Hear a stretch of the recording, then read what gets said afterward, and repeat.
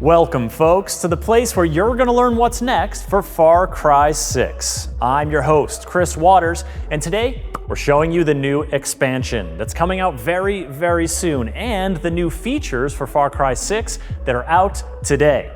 What are these new features, you may ask? Well, friends, these are those features. It's been a hell of a year in Far Cry 6, but the thrills are just kicking up. Starting with a free trial for the game, available now on all platforms.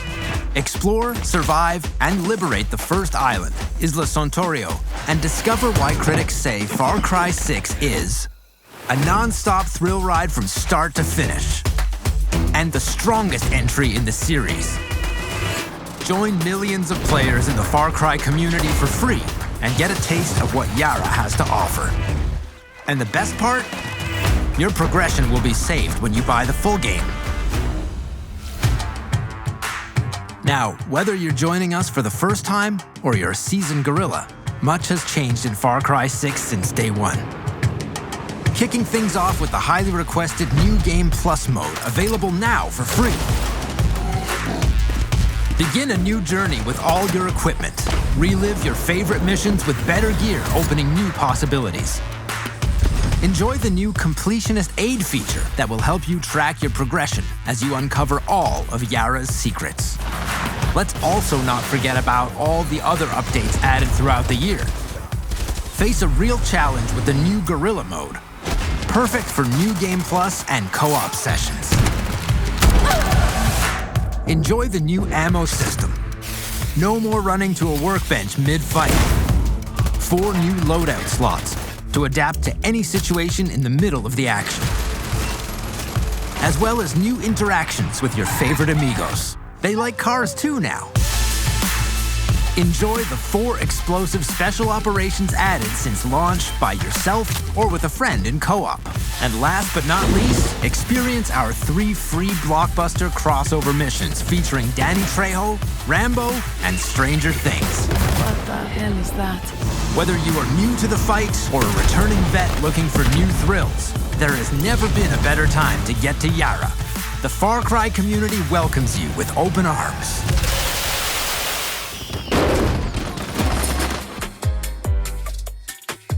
It's been a fast-paced and action-packed year on Far Cry 6. We've added a bunch of new features as well as new content. Some of the highlights include the ability to swap your ammo on the fly, switching to that incendiary or AP ammo as the situation demands. Customizable loadouts, allowing you to change out which gear set you're using based on the enemy you're facing. There were some amigos that really should be riding in cars with you that we made sure could, especially folks like Chicharron and Chorizo. You feel so bad when you leave them on the side of the road. They need to come with you in the car. Good though. So we've got 3 big highlighting features for the Far Cry 6 update today. We have Completionist Aid, which allows players who want to find that last activity or that last collectible a little bit of aid to figure out where they missed that one to get that 100% mark. You still have to find them. You still get that experience, that gameplay, but gives you the ability to hone in on where those remaining elements are. We've got New Game Plus. For those of you who have already finished the campaign, who want to come back and try all the new things we've added, experience Far Cry again, bringing your gear with you on this new journey, but rediscovering the world of Yara.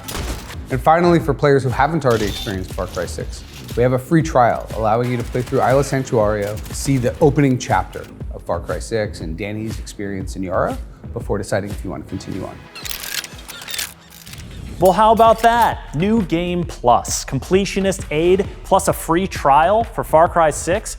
It's all available for free. Update your game, it'll be in there now. Immediately following this showcase, I'll be playing Far Cry 6 with creative director Ben Hall right here to show off these new features and check them out. I hope you'll stick around. Now, I did mention an expansion, and an expansion you shall have. Here is your exclusive first look at Far Cry 6 Lost Between Worlds.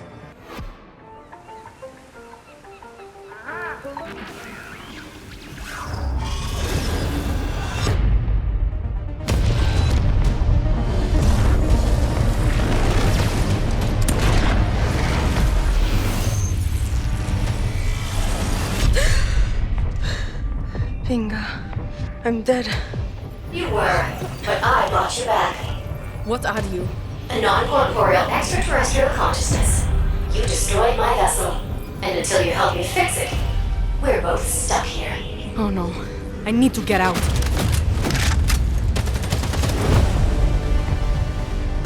What even is this place? A fractured world. A non-linear progression of rifts. Each a different reality. With different rules, different dangers.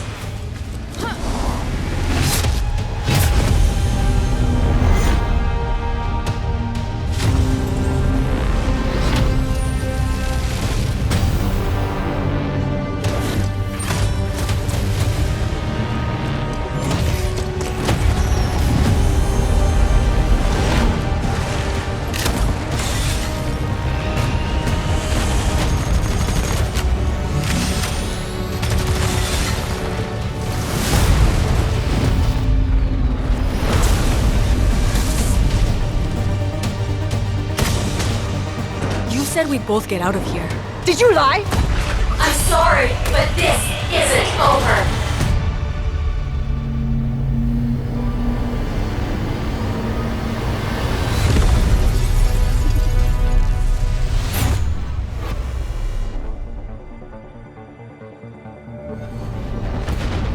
Lost Between Worlds is going to be a new chapter for Dani Rojas and the player, where we're going to take what they know about Yara, and we're going to rip it to pieces, and we're going to fuse it back together again with this extraterrestrial story which throws Dani and the player into these different situations. Dani goes to investigate a meteorite and discovers it's not a meteorite at all, it's actually spacecraft. And this spacecraft contains an extraterrestrial named Faye. We have a name. This vessel that they come across in the forest is going to end up getting them trapped. And they're going to be trapped inside what we call the encasement. Kind of like a protection protocol to protect Faye. Dani learns that she's going to be there for at least 5 million years. 5 million. I got shit to do. I need out of here.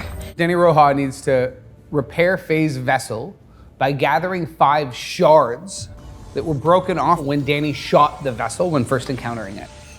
Each of these shards can only be reached by traversing a series of rifts, which are fractured simulations of the world of Yara injected with extraterrestrial simulation elements, such as obscene amounts of lightning,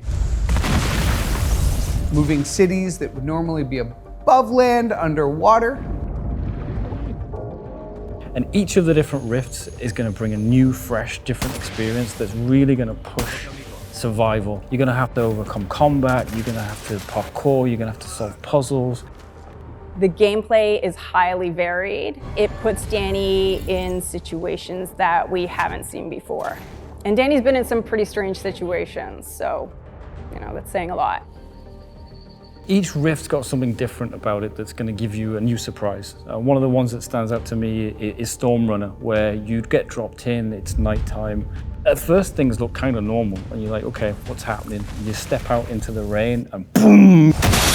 You get almost struck to death by a lightning strike, and it turns out that as part of the simulation being damaged, that particular rift was there to gain knowledge about weather and weather systems. So now you've got to try and work out your path, moving from safety spot to safety spot, defending yourself against shard faces, which are the defense units that the vessel's basically employed and spawned to protect itself against you. So to collect the 5 shards, you've got to jump through the different rifts, and each of the rifts has got 2 portals, a purple one and an orange one, and they're in different places in the rift. And to get to them, there'll be different puzzles to solve, there'll be different objectives. And then as a player, you get to decide which one of the portals you're going to jump through, and that's going to lead you through to get to one of the shards. If you're successful, you bring that back to Faye. Cool things are going to happen. You're maybe going to get some superpowers and some new gear, new tools that are going to help you next time you go through. And then you can use the rift map to then decide, okay, I didn't go that way last time, I'll go that way. Or I did go that way and I know that's got something cool in it, so I'm going to jump in there again. I'm going to use my fractal bomb, which is maybe one of the tools that you can collect that's going to give you shortcuts through that rift. You can start to master the rift. Each time you come back with a shard, you get more powerful, you get more knowledgeable, and you start to be able to carve your own path as you work your way through the rifts. We wanted something that was easy to pick up, easy to get into, that develops nuance and depth and encourages mastery over time. We landed on a color combat mechanic of red and blue. I can swap between that ammo on the fly, or I can have weapons set up with one ammo or another. And these very simple, straightforward choices allow for the development of strategy and mastery as you learn which enemy archetypes are going to be which color, because they're all either red or blue. There are none that are both. You'll find that certain approaches and strategies are more appropriate for you in that moment. Sometimes you need to stand and fight. Sometimes you need to run and gun. Sometimes you want to stealth. Sometimes you just need to run. We knew there would be accessibility concerns that we needed to tackle. And so we've leveraged a host of features to ensure that everyone can customize the experience to meet their needs and continue to enjoy that core mechanic of Lost Between Worlds. So there will be moments in Lost Between Worlds where you will die. You'll take a wrong turn and you'll end up dropping to your death in a bubbling pool of lava somewhere. And you may be thinking at that point, oh, I'm so close to getting a shard, and I'm gonna go all the way back to the encasement, and I'm gonna go back to Faye, I'm gonna lose my weapons, I'm gonna lose my gadgets, and I'm gonna have to start out. You probably haven't grasped this, but time isn't linear for different entities. I live, I die. So you can go back to Faye, and you can do the run again, you can use the shortcuts you've unlocked, and you can work your way back through the rifts. You could try a different path and avoid that rift altogether.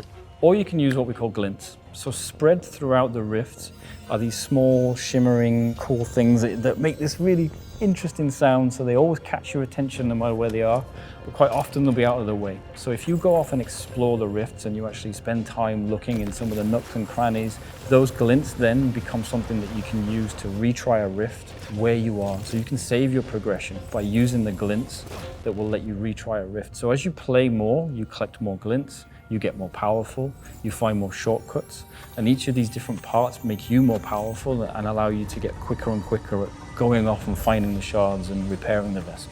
I see. Players are going to have to navigate many of the rifts more than once. And we knew that from the beginning, so we wanted to make sure that there was a development and a growth to that experience. First and foremost, we wanted the rifts to be something players could learn and master. So after you've collected your first shard, you've done a successful run, you've survived, and as part of that scenario, you're going to get a new tool. And those tools include a rift key, a fractal bomb, and a grapple hook. The rift key can be used to open doors that seem out of place many times. Once you have the key, you can go right through and find a shortcut. The fractal bomb allows crystal walls to be destroyed by the players, allowing you to find new routes through levels, allowing you to find upgraded weapons and other goodies such as gadgets. And the grapple hook unlocks new routes as well. And this is all part of the process of as you collect shards and you bring them back, you get more powerful, you take new routes through the rifts that you've been through before that give you a new experience. The primitive human form is valuable. Yeah, this primitive form gets shit done.